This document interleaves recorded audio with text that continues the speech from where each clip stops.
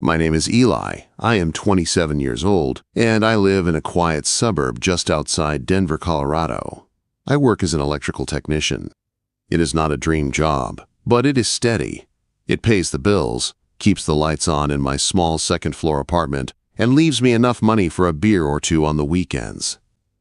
I like my life simple and predictable. No big surprises. No drama. Or at least that is what I used to think. My apartment is nothing special. Old hardwood floors that creak when I walk, a couch I bought off Craigslist, and a coffee maker that sounds like it might give up any day now. I have lived here long enough to know every sound. The hum of the air conditioner next door, the clatter of mailboxes in the morning, the smell of laundry drifting up from the basement. It all feels familiar, like background noise to my life. Right next door lives Chloe. She is 24 and in her final year of med school. Always tired, always studying, always rushing out the door with her hair half tied back and a coffee in her hand. We have been neighbors for almost 2 years. Somewhere along the way, she stopped feeling like just the girl next door and started feeling like part of my routine. We waved when we checked the mail, talked about the weather, sometimes split a pizza when neither of us felt like cooking. On slow Sunday nights, we watched movies together, usually old romantic comedies she loved and quoted word for word. It was easy, comfortable, safe. I never thought much about it. She was just Chloe, my neighbor, my friend. Until last Friday night. I was standing in front of my bedroom mirror, holding up 3 different shirts. A white one, a charcoal gray one, and a navy button-down that felt a little too formal. I was going on a date. My first real date in months. Her name was Haley. I met her at a friend's barbecue a few weeks earlier. She was a graphic designer with a quick laugh and a nice smile. Easy to talk to. I should have been excited. Instead, I felt stuck. I kept swapping shirts, holding them up to my chest, muttering to myself. None of them felt right. I knew I was overthinking it, but dating does that to me. Then I thought of Chloe. She always had a good eye for style. Once, she helped me pick a jacket for a work event, and people actually noticed. So without thinking too much, I grabbed the shirts and stepped into the hallway.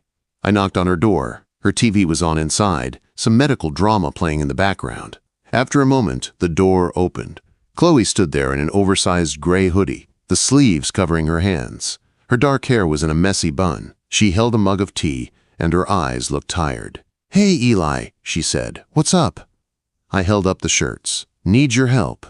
Got a date tonight and I'm failing the wardrobe part." For just a second, her expression changed. It was quick, but I noticed it. Something in her eyes shifted. She stepped aside and let me in. Her apartment looked like mine, but warmer. Books stacked on the coffee table, a blanket on the couch, the faint smell of lavender from a candle. I laid the shirts out. "So," I said, "which one makes me look normal and not like I'm trying too hard?"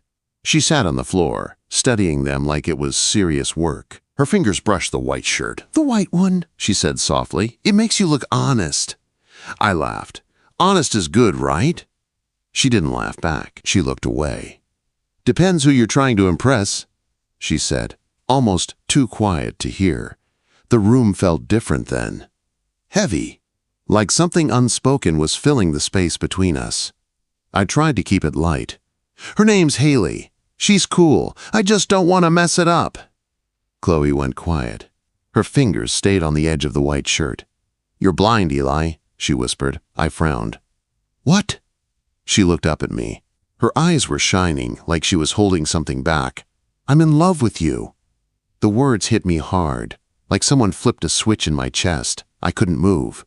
I just stood there holding the shirt, staring at her. She stood up fast, her face flushed. She turned toward the door and opened it wide. "Forget it," she said. "Just go." I tried to speak, but nothing came out. "Go, Eli," she said again, her voice breaking. I walked out. The door closed behind me with a soft click that sounded louder than it should have. I stood in the hallway for a second, my heart pounding. The white shirt felt heavy in my hands now. I went back into my apartment, not knowing what to think, only knowing that nothing felt simple anymore. I sat on my couch staring at the ceiling, the white shirt still crumpled in my hands. My heart was racing, not in a good way. More like I had missed a step going downstairs and my body was still trying to catch up. Chloe's words kept replaying in my head over and over. I'm in love with you. 3 simple words, but they felt heavy, like they had been waiting years to land. I checked the time. 7:15. I was supposed to meet Haley in 45 minutes at a little bistro downtown. I should have been excited. Haley was great. Smart, funny, easy to talk to. But as I pulled the white shirt over my head, all I could think about was Chloe. The way her voice cracked. The way she wouldn't look at me when she told me to leave. I grabbed my keys and headed out. The drive downtown felt unreal. Streetlights blurred past my windshield while my mind stayed stuck in that moment. Every memory with Chloe came rushing back. Pizza nights, movie quotes. The time she fixed my tie before a work event, and her fingers lingered just a second longer than necessary.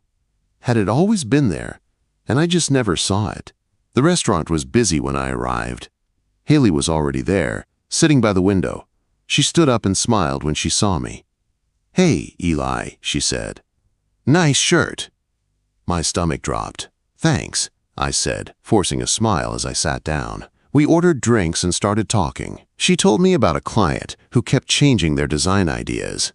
I told her a story about a job where a homeowner almost shocked himself trying to help me. She laughed. I smiled, but it felt like I was watching myself from far away. My eyes kept drifting toward the door, like I expected Chloe to walk in any second. "You okay?" Haley asked gently. "You seem a little distracted." "Yeah," I lied. "Long day at work." She nodded, but I could tell she wasn't fully convinced. Dinner passed quickly, but nothing really stuck. When we stepped outside into the cool night air, Haley smiled again, but it didn't quite reach her eyes. "Tonight was fun," she said. "It was," I said, knowing it wasn't true. We said goodbye, and I watched her walk to her car. Guilt settled in my chest. Haley deserved someone who was present, someone whose mind wasn't stuck on the girl next door. The drive home was quiet. No radio, just my thoughts. When I got back to my apartment building, it was almost 10. The hallway was silent. Chloe's door looked the same as always, but it felt different now, like a line I didn't know how to cross. I raised my hand to knock, then stopped. What would I even say? I went inside my apartment instead. The next few days were torture. Chloe disappeared. No morning wave by the mailboxes. No sound of her TV through the wall. No light under her door at night. It was like she had erased herself from my life, and I didn't realize how much space she took up until she was gone. I thought about texting her something casual, but every message felt wrong. Too small. Too late. By Monday morning, I couldn't take it anymore. I stopped at the coffee shop downstairs and ordered her usual, medium latte with oat milk. I left it by her door before heading to work. No note. Just the cup. When I got home that evening, it was gone. No message. No sign of her, but the empty spot outside her door felt like something. She had seen it. She had taken it. That night, I lay on my couch again, staring at the ceiling. The white shirt was still on the floor. Chloe's face kept flashing in my mind. Her laugh. Her quiet moments. The way she always made my apartment feel less empty. By Saturday, I knew I couldn't avoid it anymore. I grabbed 2 lattes and knocked on her door. It opened slowly. Chloe stood there looking exhausted. Her eyes were red like she hadn't been sleeping. She wore the same gray hoodie from that night. "Eli," she said quietly, "I didn't think you'd come." "I didn't know how not to," I said, holding up the coffees. She stepped aside and let me in. We sat on her couch, the cups between us. The silence stretched until it felt unbearable. "I'm sorry," she said finally. "I shouldn't have said anything." "You didn't do anything wrong," I said. "You were honest." She shook her head. "I've been in love with you for months, maybe longer. I just couldn't keep pretending." Her words settled deep in my chest. "I don't know exactly what I feel yet," I admitted, "but I know the last few days without you felt wrong." She looked up at me, hope and fear mixed in her eyes. "I don't want to lose you," I said. "I want to figure this out, together." She nodded slowly. Okay, but we go slow. Slow is good, I said. She smiled then. Small, hesitant, but real. And for the first time since that night, the air between us felt lighter. We sat there for a while after that, not saying much. The silence felt different now. Not heavy or painful. Just quiet, like both of us were scared to move and break something new that had just started to form. The coffee on the table went cold, but neither of us touched it. You want to watch something? Chloe asked softly. I nodded. Your choice. One of those movies you can quote without even looking at the screen. She let out a small laugh, the sound easing the tension in the room. She picked an old romantic comedy we had seen more times than I could count. The opening music filled the apartment, familiar and comforting. We sat on opposite ends of the couch at first. I could feel the space between us, like a line we were both aware of. Halfway through the movie, Chloe shifted closer. Her shoulder brushed against my arm. She didn't say anything, just rested her head lightly against me. My body went still. I didn't pull away. I didn't move closer either. I just stayed there, letting the moment exist. Her warmth seeped through my sleeve, and my heart thumped louder than the movie playing in front of us. When the credits rolled, neither of us moved. Thanks for coming over, she said quietly. I really didn't think you would. I couldn't just pretend everything was normal, I said, not without you. She smiled at that.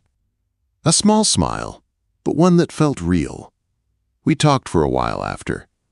About her exams, about my work, about nothing important and everything at the same time. It felt easy again, but different.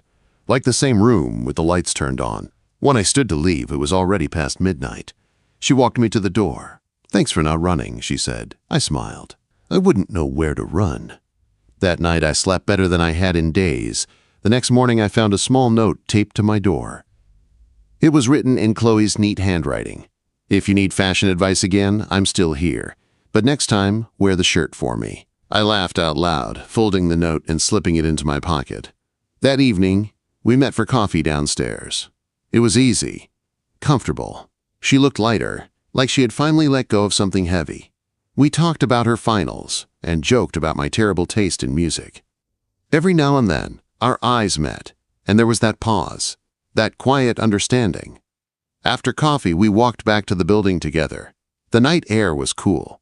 We stopped at the bottom of the stairs, neither of us ready to go inside yet.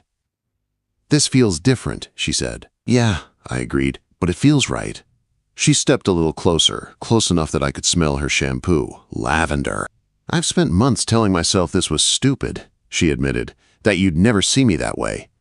I see you now, I said, her breath caught. She reached for my hand, slow, like she was giving me time to pull away. I didn't. Our fingers intertwined, warm and sure. Let's keep it simple, she said. No pressure. Deal, I said, but I'm still going to need help picking shirts. She laughed, a real laugh that broke through the quiet night. At her door, she turned to face me. Thanks for tonight. Any time, I said. She went inside, and I stood there for a second, feeling something settle into place. Not fireworks. Not a grand moment. Just a calm certainty. For the first time, I wasn't thinking about what came next. I was just happy to be right where I was. The next morning, I woke up to the sound of Chloe's TV through the wall. Some medical show she always fell asleep to. I smiled without thinking. It felt strange how something so small could change the way my whole day started. At work, my hands moved on their own, fixing wires and checking panels, but my mind stayed with her, with the way she had looked at me in the parking lot, with the warmth of her hand in mine. I kept touching the folded note in my pocket like I needed proof that all of it was real. When I got home, the sky was painted in soft orange and pink, the kind of sunset that makes everything feel calm. I texted her, "Coffee tonight. My treat." Her reply came almost right away. "Only if it's oat milk." We met at the little coffee shop downstairs, the one with the mismatched chairs and the chalkboard menu that never changed. I got there early and grabbed our usual table by the window. When Chloe walked in, my chest tightened in a good way. Her hair was down, and she wore a navy sweater that looked comfortable and familiar, like her. She smiled when she saw me. Not nervous, not guarded, just warm. "You're early," she said, sitting across from me. "Didn't want to risk messing this up," I said. She laughed, and it felt like home. We talked about everything. Her finals, my work, the little things we never talked about before. There was no rush, no pressure. Just two people sitting across from each other, finally paying attention. After coffee, we walked back together. The parking lot was quiet. We stopped at the stairs again like neither of us wanted the night to end. "This still scares me," she admitted. "It scares me too," I said, "but I don't want to stop." She stepped closer, resting her head against my shoulder. I wrapped my arm around her without thinking. It felt natural, like something I had always known how to do. "I'm glad you asked me about that shirt," she said softly. "So am I," I replied. At her door, she looked up at me, her eyes calm and sure. "Slow," she reminded me. "Slow," I agreed. She kissed my cheek, quick and gentle, then went inside. I stood there smiling like an idiot. That night, I slept better than I had in years. The next morning, she knocked on my door. I opened it wearing the white shirt. She smiled.